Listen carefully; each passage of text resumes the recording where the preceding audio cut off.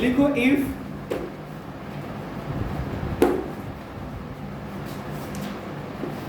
A and B are 2 points having coordinate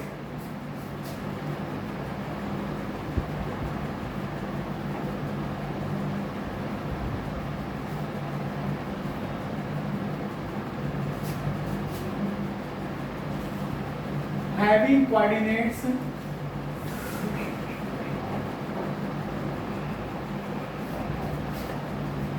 2 comma having coordinates -2 comma -2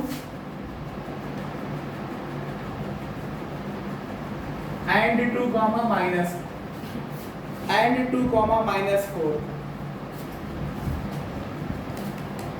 respectively.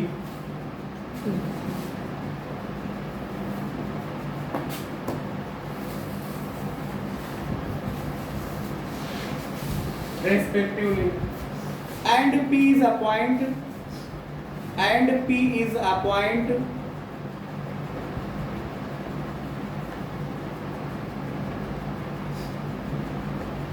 such that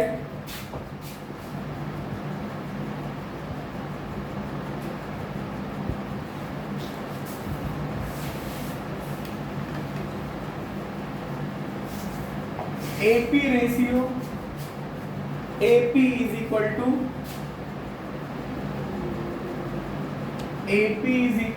3/7 AB. Then find the coordinate of P.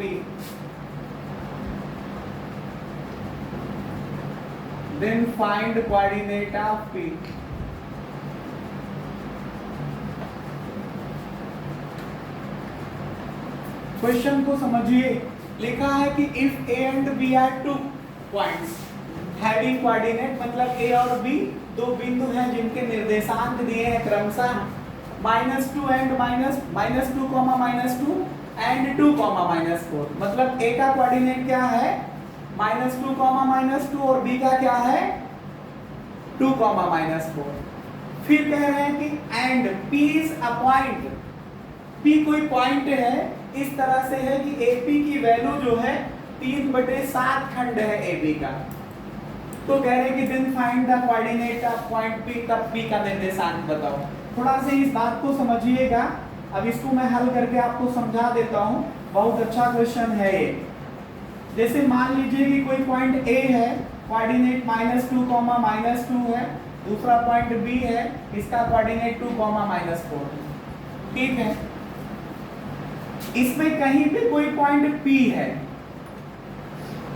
जो AB का जो है 3/7 खंड है। समझिए, अगर मैं यहाँ पे जो गिवन कंडीशन जो है क्या कि AP is equal to 3/7 AB है। यहीं से आपको मैं समझाऊंगा बातें। AP/AB बराबर 3/7। ये थोड़ा सी यही समझने लायक है कि अगर AB को हम 7 मान लें, यहां से यहां तक अगर ये मान लें 7 यूनिट है, तो AP कितने यूनिट है 3 यूनिट है। तो अगर ये 3 यूनिट है तो फिर आगे कितना बचेगा, ये 4 यूनिट। AB 7 है, 7 है, A से P तक 3 है, तो आगे कितना बचेगा 4 यूनिट बचेगा। तो इस तरह से करते हुए अगर पॉइंट P जो है AB को M1 रेशियो M2 में डिवाइड करता है, let point P divide AB, let point P divide AB इन M1 रेशियो M2,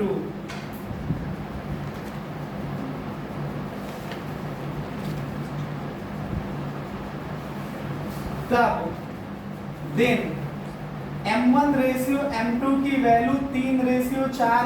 ये बात समझ पाए कि नहीं? ठीक है, तो पहले वाले पॉइंट को आप लोग x1 y1 कहते हैं ना। यहां पर x1 की वैल्यू ही है, x1 -2 हुआ, y1 की वैल्यू भी -2 हो गई, x2 इसको कहोगे 2 हुआ, y2 की वैल्यू -4 हो गई, y2 की वैल्यू -4 हो गई। तो अब तो सब कुछ पता चल गया। बाइसेक्शन फार्मूला इसको निकाल लेंगे हम लोग। Bisection formula, bisection formula Hindi वाले लिखेंगे विभाजन के सूत्र से। x बराबर क्या होता है, मैंने समझाया था, क्रॉस होता है m1 x2 का और m2 x1 के साथ बटे m1 प्लस m2 होता है। m1 की वैल्यू को अगर आप 3 मानो तो m2 को क्या मान सकते हो, 4 यूनिट। तो 3 गुणे x2 कितना है, 2 है, प्लस m2 कितना है, 4 है, x1 कितना है, -2 बटे m1 प्लस m2। ऊपर साल करो 6, ये साल करो -8 बटे ये साल करो 7, तो -2 बटे 7 आ जाएगा। ठीक है। एंड इसी तरह से y की वैल्यू निकालोगे तो m1 y2 plus m2 y1 बटे m1 प्लस m2। बोले वो m2 जो है वहाँ पे 7 होगा, 3/7 क्वेश्चन। यही तो मैं आपको समझा रहा था इतनी देर से। इसका मतलब आप लोग मेरी बात सुन नहीं रहे हो, सीख नहीं रहे हो। मैंने कहा कि AP बटे AB बराबर 3/7 है। तो अगर AP की वैल्यू 3 है तो AB 7 है, AP की वैल्यू 3 है तो AB कुल 7 है। अगर ये 3 है तो ये कितना बचा, 4 बचा। तो आप कहते थे AP अनुपात PB बराबर M1 अनुपात M2। तो अगर AP रेशियो PB कितना हुआ, 3:4। समझ पाए? यही टर्निंग पॉइंट था क्वेश्चन का। बाकी तो सब इसमें आसान ही है, पहले तो करते चले आ रहे हो। तो ये बात समझ पाए? फिर से देखिए, y की value m1 y2 plus m2 y1 अपान m1 प्लस m2। m1 की वैल्यू हमारे पास 3 है, y2 कितना है, -4 है, प्लस m2 4 है, y1 कितना है, -2 है बटे m1 प्लस m2।